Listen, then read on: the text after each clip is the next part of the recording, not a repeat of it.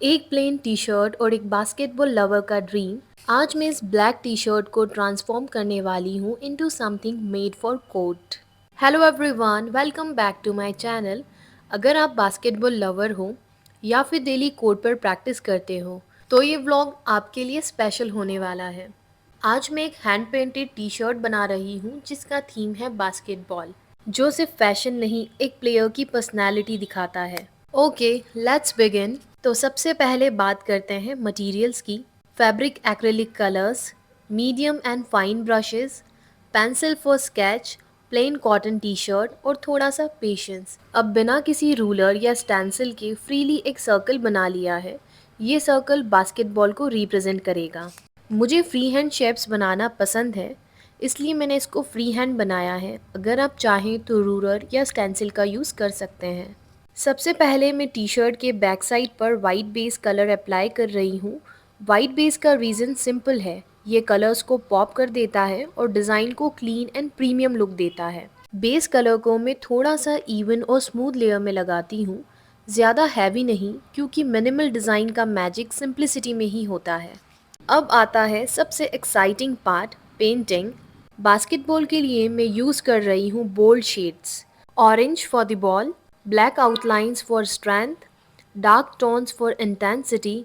हर stroke के साथ लगता है जैसे कोर्ट की एनर्जी टी शर्ट पर आ रही हो। Now orange colour is done. अब इसमें ऐड करेंगे कुछ डिटेल्स डार्कर शेड से। डिटेल्स ही तो हैं जो एक नॉर्मल पेंटिंग को वियरेबल आर्ट बनाती है।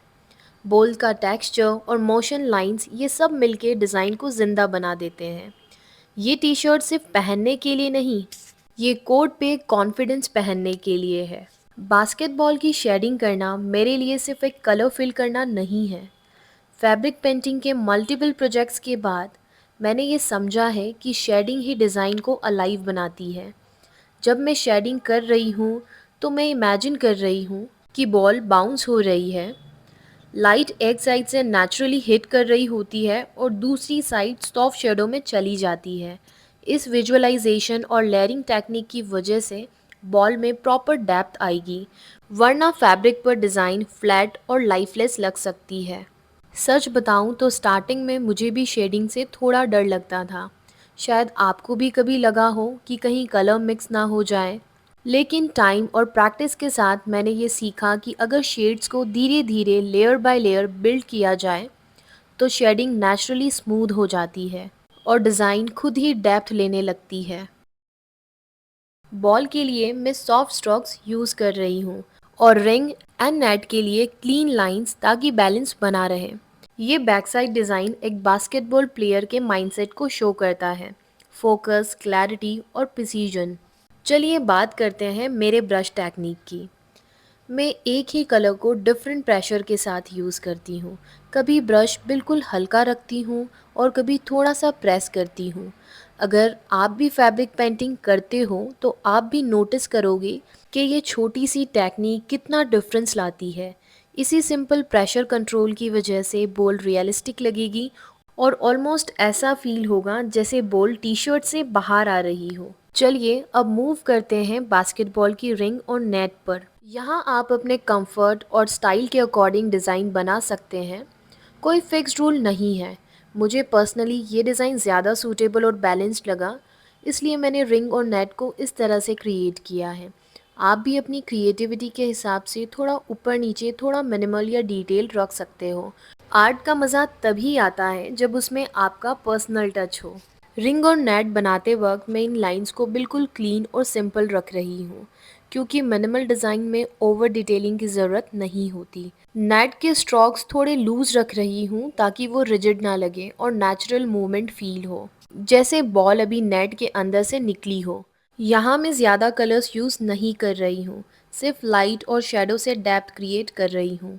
इस स्टेप में रश बिल्कुल मत करो। अगर आप फर्स्ट टाइम बना रहे हो तो हर लाइन के बाद थोड़ा सा पोज ज़रूर लो। छोटे छोटे स्ट्रोक्स मिलकर ही डिज़ाइन कंप्लीट बनती है और धीरे धीरे डिज़ाइन अपनी फाइनल शेप लेने लगती है। अब बॉल में फाइनल डिटेल्स ऐड करने का टाइम है। यहाँ मैं सिर्फ छोटी छोटी लाइंस और सॉफ्ट हाइलाइट्स पर फोकस कर रही हूँ, क्योंकि यही डिटेल्स बॉल को कंप्लीट और पॉलिश्ड लुक देती है। ज़्यादा कुछ ऐड करने की ज़रूरत नहीं होती, बस थोड़ा सा कॉन्ट्रास्ट, थोड़ी सी क्लैरिटी और बॉल का कैरेक्टर क्लियरली निकल कर आ जाता है। इस स्टेज पर पेंटिंग सच में जिंदा लगने लगती है। डिटेल्स ऐड करने के लिए मैं यहाँ ग्रे और वाइट कलर यूज़ कर रही हूँ। वाइट से मैं लाइट और हाईलाइट शो करती हूँ और ग्रे से सॉफ्ट शेडोज़ ऐड होती हैं, जिससे बॉल और भी रियलिस्टिक लगती है। इन दोनों कलर्स का बहुत लाइटली यूज़ करना ज़रूरी होता है, क्योंकि मिनिमल डिज़ाइंस में छोटी सी डिटेलिंग्स ही मैक्सिमम इम्पैक्ट क्रिएट करती है। बस कुछ फाइन स्ट्रोक्स और बॉल का टेक्सचर और डेप्थ दोनों क्लियरली निकल कर आ जाएगा। मैं हमेशा फाइनल डिटेल्स के बाद थोड़ा सा डिस्टेंस लेकर डिज़ाइन को देखती हूँ। ये स्टेप बहुत इम्पॉर्टेंट होता है, क्योंकि पास से परफेक्ट लगने वाली पेंटिंग दूर से देखने पर बैलेंस चेक करवाती है। अगर कहीं शेडिंग ज़्यादा लग रही हो या लाइंस थोड़ी हैवी हो, तो इसी स्टेज पर इसको सही किया जा सकता है। बस इतना सा रिफाइनमेंट और टी शर्ट का ओवरऑल लुक क्लीन, फ्रेश और वियरेबल बन जाता है। अब मैं टी शर्ट पर थोड़ा सा कलर ऐड करने के लिए ब्रश टैपिंग टेक्निक यूज़ कर रही हूँ। इसमें मैं ब्रश को हल्का सा टैप करती हूँ ताकि फैब्रिक पर सॉफ्ट कलर स्प्रिंकल्स क्रिएट हो जाएं। यह स्टेप डिज़ाइन को थोड़ा सा रो और आर्टिस्टिक टच देता है, बिना मिनिमल लुक को स्पॉइल किए। अब इस टी शर्ट को और पर्सनलाइज टच देने के लिए मैं इसमें ऐड कर रही हूँ नेम। नेम के साथ ये टी शर्ट सिर्फ डिज़ाइन नहीं रहेगी, एक पर्सनल इमोशन बन जाएगी और इसी छोटी सी डिटेल से ये truly one of a kind हो जाता है। एंड हियर इट इज़, एक प्लेन टी शर्ट से लेकर एक basketball player inspired wearable art तक का सफ़र कंप्लीट हो चुका है। ये डिज़ाइन उन लोगों के लिए है जो बॉल के साथ सिर्फ खेलते नहीं, जीते हैं। इस टी शर्ट को आप इजीली स्टाइल कर सकते हो, जॉगर्स, स्नीकर्स या फिर डायरेक्टली ऑन कोर्ट। अगर आप भी अपने पैशन को पहनना चाहते हो तो hand painted art is the best way to express it. अगर आपको ये बास्केटबॉल टी शर्ट पसंद आई हो तो लाइक, शेयर एंड सब्सक्राइब ज़रूर करना एंड कमेंट में बताओ प्लेयर हो या बास्केटबॉल लवर। मिलते हैं नेक्स्ट आर्ट वीडियो में। Until then, keep creating and keep playing. Bye bye, take care and have a good day.